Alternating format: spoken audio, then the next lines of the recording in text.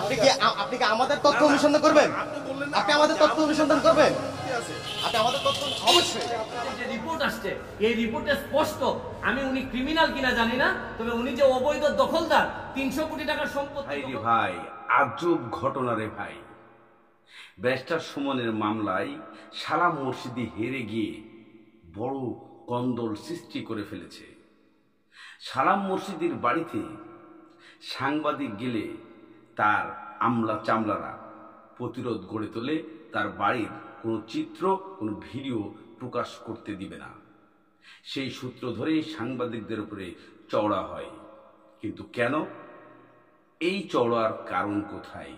কি এমন ক্ষমতা, কি এমন শক্তি আছে সালাম মুর্শিদির কাছে যা ব্যারিস্টার সুমনের কাছে হেরে গিয়ে সাংবাদিককে উল্টা গরম দেখাচ্ছে, উল্টা মহড়া দেখাচ্ছে?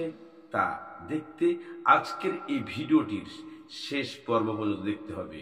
ব্যারিস্টার সুমন কি বলেছেন সেটাও শুনতে হবে, এবং সালাম মুর্শিদির লোকজনের সাথে সাংবাদিকদের কি তর্ক বিতর্ক হয়েছে সবই পাবেন আজকের এই ভিডিওতে। দেশ ও দেশের বাইরে থেকে যারা আজকের এই ভিডিওটার সূত্র জানতে চাচ্ছেন তাদের উদ্দেশ্যে বলি, আপনারা ধৈর্য সহকারে এই ভিডিওটা দেখতে থাকুন। আমি আপনাদেরকে প্রথমেই কিছু অংশ দেখাবো ব্যারিস্টার সুমনের। প্রেক্ষিতে যে রিপোর্ট আসছে এই রিপোর্টে স্পষ্ট আমি উনি ক্রিমিনাল কিনা জানি না, তবে উনি যে অবৈধ দখলদার 300 কোটি টাকার সম্পত্তি দখল করে যে গুলশানে আছেন, এই রিপোর্ট তো আমি বলি নাই, এটা হচ্ছে গিয়ে রাজু থেকে বলা হয়েছে, বিভিন্ন সংস্থা থেকে বলা হয়েছে। আমি শুধু আপনাদের সামনে তুলে ধরছি, এটা হচ্ছে গিয়ে এই লোকগুলা সরকারের ভাবমূর্তি নষ্ট করতেছে। এরা মেম্বার সুমনের সেই অংশটুকু দেখেছেন, এবং ব্যারিস্টার সুমনের মামলার যে ইতিহাসগুলা, যে ভিডিও ডিলিট করতে বলা হচ্ছে সেগুলো আপনারা ইতিমধ্যে দেখে ফেলেছেন। এখন বলতে চাই যে ব্যারিস্টার সুমন আসলে যে মামলাটি করেছিল সে মামলাটি সঠিক ছিল। 300 কোটি টাকার বাড়ি দুর্নীতি করে দখল করে নিজের নামে কাগজপাতি করা সেই বাড়িটি যখন হাতছাড়া হতে চলেছে, এবং 3 মাস টাইমের মধ্যে তাকে এই বাড়িটির দখল ছেড়ে দিতে হবে। আর সেই দখল সত্ত্বেই, এই দখলের কারণেই, এই রায়ের পরেই সেখানে ছুটে যায় সাংবাদিকরা এই বাড়িটির ভিডিও করতে।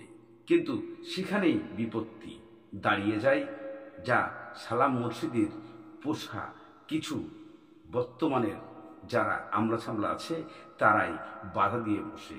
কিন্তু কেন এই বাধা? কি আছে এই বাধার মাঝে? কি আছে শক্তি তাদের কাছে? এই শক্তির অংশটুকুই দেখতে আপনাদেরকে একটুকু অপেক্ষা করতে হবে না। আমি নিয়ে চলে যাচ্ছি আপনাদেরকে সেই শক্তি পরীক্ষার কিছু মহড়া দেখাতে। আপনি কি আমাদের তথ্য অনুসন্ধান করবেন? আপনি আমাদের তথ্য অনুসন্ধান করবেন? আপনি আমাদের তথ্য অবশ্যই। হ্যাঁ, তথ্য অনুসন্ধান করার অধিকার আমাদের আছে। দখল করা বাড়ির দৃশ্য ধারণ করতে গেলে এভাবেই ক্যামেরার দিকে তেড়ে আসেন এমপি সালাম মুর্শিদির লোকজন। সেই সঙ্গে প্রতিবেদকের ছবি তুলে দেখে নেওয়ার হুমকিও দেয় তারা। দর্শক বন্ধুরা, ইতিমধ্যে আপনারা সেই মহড়ার অংশটুকু দেখেছেন। এই মহড়ার অংশটুকু দেখে আপনাদের কি মনে হচ্ছে